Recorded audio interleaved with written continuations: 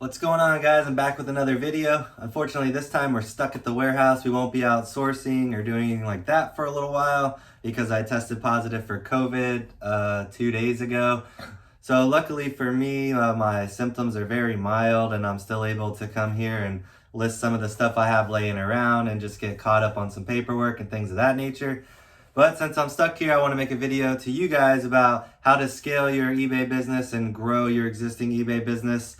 We're all at different levels in our business. Some of us are just starting, and then some of us are like me, where we're working full time. But no matter where you're at in your journey, I'm hoping I could share something with you today that maybe will resonate with you and help you scale your business. So the first thing I want to talk about is don't put all your eggs in one basket, right?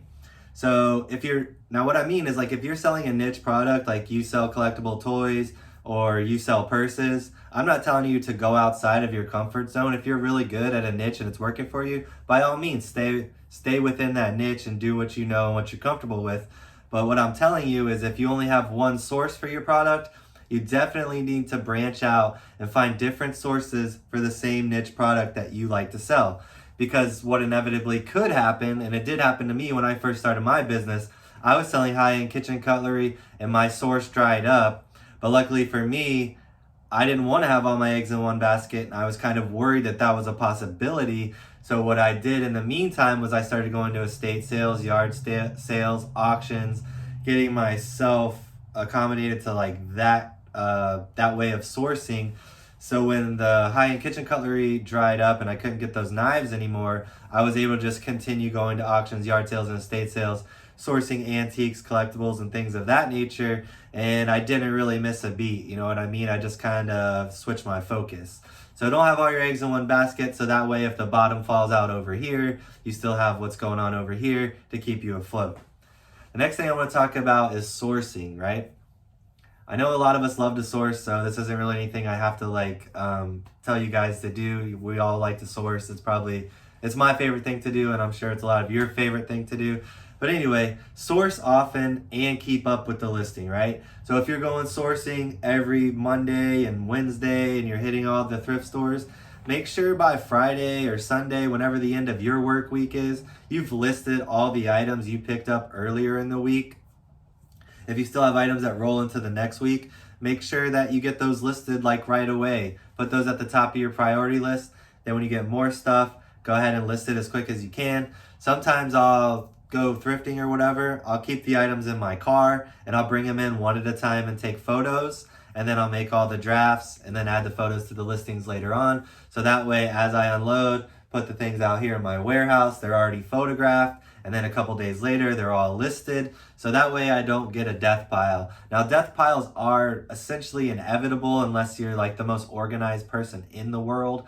So every once in a while, you do want to take a week or two off from sourcing so you can get caught up on listing, getting rid of the old death pile and things of that nature. And a lot of times what you'll find is that some of the items in your death pile are worth a lot more than you thought they were. So sometimes we got some really good stuff laying around that we've never got around to listing. So make sure you're keeping up with all that. It's very important. Another important thing is separate your finances, right? Because starting this year in 2022, eBay is going to 1099 anybody that has over $600 in sales. So when you get 1099, you're going to have to show your accountant what you paid for your inventory, how much you sold this stuff for. You got to keep your paperwork going. I'm going to talk about that here in a few minutes.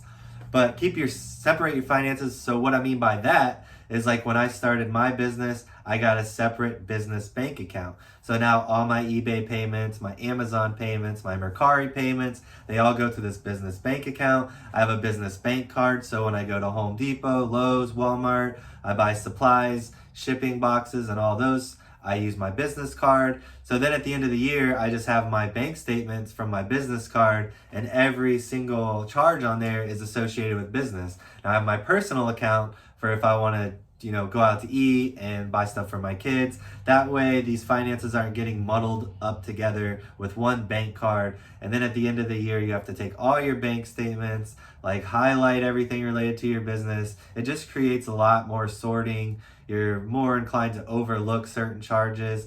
So it's very important to separate your finances early on before your business gets a little bit more complex. That's an important thing. So I got a few more things I want to talk about. I don't want this video to run too long, so I'm going to go ahead and cover these things as quickly as I can.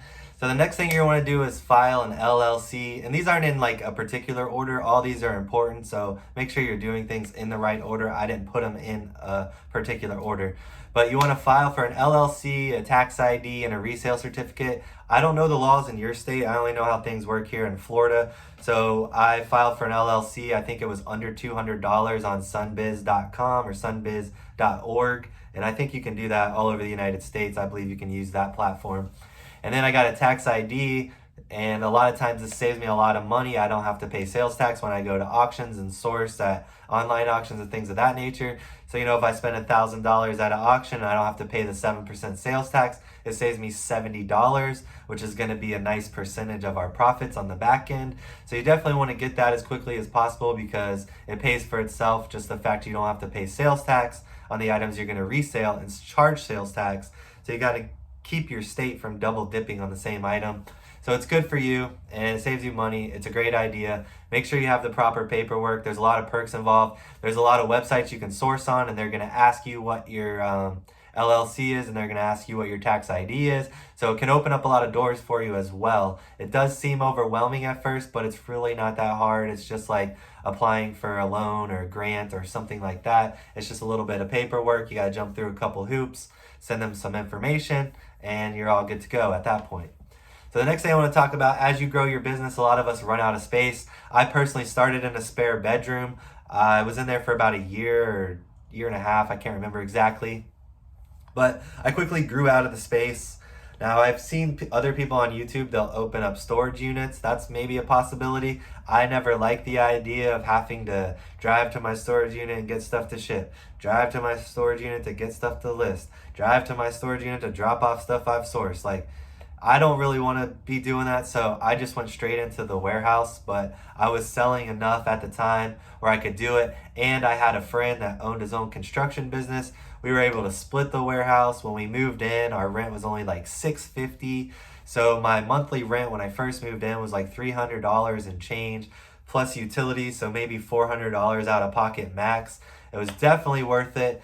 But if you want to get space and you want to rent a building like I do or something like that, there's an important rule of thumb that you need to go by.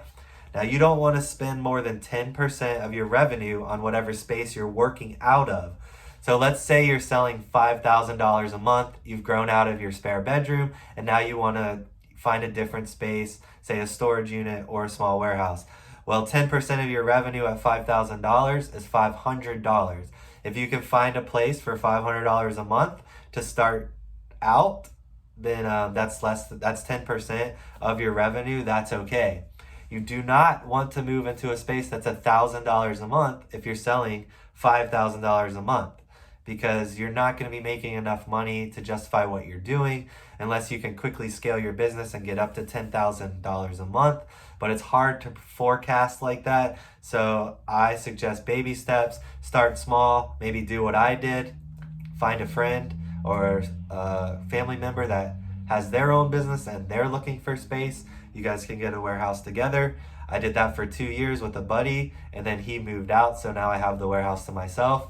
So it worked out great for me, and my rent has always stayed less than 10% of my revenue. So keep that rule in mind when you're out there and you're trying to scale and you're looking for space. Next thing we're talking about, paperwork and taxes. It's very important. You're running a business here. I know it's fun to buy and list and sell, but you have to keep track of the numbers. You don't want to pay more in taxes than you want. You don't want to pay more in taxes than you need to. You want to keep track of all the proper paperwork. So what that means is you want to keep track of the mileage on your vehicle. I know for me, I think it might be everywhere, but I'm not sure. I get 55 cent per mile write-off at the end of the year. So if I put 10,000 miles on my car, that's $5,500 write-off. That comes right off my taxable income. So if I made $100,000 in gross profit, that's gonna be, now I got $94,500 that's taxable. Then you take away the cost of the goods that you sold, and then the other expenses, the warehouse, and it narrows it down to your net profit. So you want to keep track of all your expenses because every single one's a write-off, and every dollar you spend is a dollar that you don't have to pay Uncle Sam taxes on. And you also want to keep track of all the money you're spending on inventory, and then eBay does a good job of keeping track of your sales and giving you sales reports. So just keep track of the numbers. It's basically that simple. If you have any questions about that, drop a comment below. I'll do my best to answer you. But if you have any tax questions, it's always best to consult a CPA. I'm not a CPA. I did go to college for accounting for a couple years, but I switched my major to business administration. So here we are. Okay guys, I know this video is running a little bit long. There's only a couple more things I want to talk about, so bear with me. I'm sorry that it's running long, but there's a lot of information to cover here, and I want to give you guys the best information I can in one video. So when it comes to scaling your business, eventually you might want to hire help. I can't tell you what to do as far as hire help, what to pay people. I can only tell you what's worked best for me. So when it comes to hiring help, the best thing that I ever did was I pay people to come in and just take photos of items for me. I'll put 20 items out on a table, and depending on the difficulty of cleaning and picture taking of these items, I'll pay $50 to $60 for someone to do 20 items pictures. It usually takes the person only 2 to 3 hours to do, and they can make 50 or 60 bucks real quick. It's easy to find a friend or family member that needs an extra 50 or 60 bucks, and they can come hang out for a couple hours with you. I have all the items out on the table ready to go, and then I just quickly go over them like, hey, these two things go together, this thing's by itself, make sure you take pictures of this, make sure you flip this over and get a picture of this on the bottom, give them a quick rundown, and then leave them to it, you know? And that works out great for me because then I can come in the next day, and let's say I took 15 pictures of 15 items myself on a Monday, and then I had an employee come in and take pictures of 20 items. Well, now I can sit down on Tuesday morning. I have 35 items pictured ready for drafts. I could sit there for like 2.5 hours and make 35 drafts real quick. And boom, just like that, we got 35 things listed in a day and a half. It's hard to beat that. So, and then, you know what I mean? Like if I have 20 items and my average sale price is $100, I just paid somebody $60 to take pictures of items that are going to generate $2,000 in revenue for me. And I'm sure if I'm listing $2,000 worth of stuff, I probably only paid $1,000 or less for it. So to have that person come in, pay them $60, generate $2,000 in revenue and $1,000 in potential gross profit, huge win for me. Helping out a friend or family member works out great for them. Get to spend some time with them as well. It's a win-win all around. So that's the best way to hire help in my opinion. If you want to do hourly or switch it up, that's on you. But eventually you might need to hire help. Don't be scared to hire help. Don't be scared to like delegate some task and let other people, you know, do small little things of your business. Don't be a perfectionist and think that you can do it all by yourself for the rest of your life. If you want to grow and you want to scale, you need a little bit of help here and there. The last thing I want to talk about is self-motivation. Look at me, I'm here by myself. I could be watching YouTube videos. I could be putting my feet up on the desk watching my favorite Netflix show. I don't do that. I rarely do that. I watch short YouTube videos on my lunch break. I used to watch Netflix, but I'd get caught up and I'd watch a full hour show. So I try to watch short YouTube videos during lunch, take little short 20-minute lunch breaks, and I try to just work diligently. I make lists of things I need to accomplish. A lot of times I'll even block out and say like from 8 o'clock to 10 o'clock, I'm gonna pull out my items and package what's sold. From 10 o'clock to 11 o'clock, I'm gonna print my labels and load my truck. From 11 o'clock to 12 o'clock, I'm gonna take my packages, drop them off, and I'm gonna grab lunch. From 12 o'clock to 2 o'clock, I'm gonna process new inventory and take a bunch of pictures.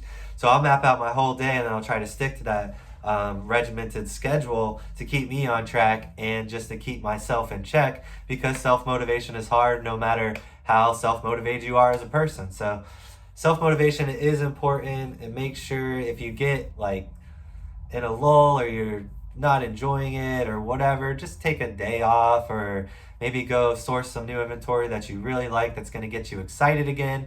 But try to do the best you can to stay self-motivated. So that's really all I had for you today. I know there's a lot more to growing and scaling an eBay business, but I just wanted to touch on the few things that came to mind when I first came up with this topic. So I hope you guys enjoyed the video. I hope you learned a lot from it. And I forgot to say early in the video, my name's Justin. My nickname's Sizzle. If you haven't subscribed to the channel already, do that for me. If you made it this far in the video, I really appreciate it because it's a long ass video. Thanks again, and I appreciate all the support. And until next time, peace.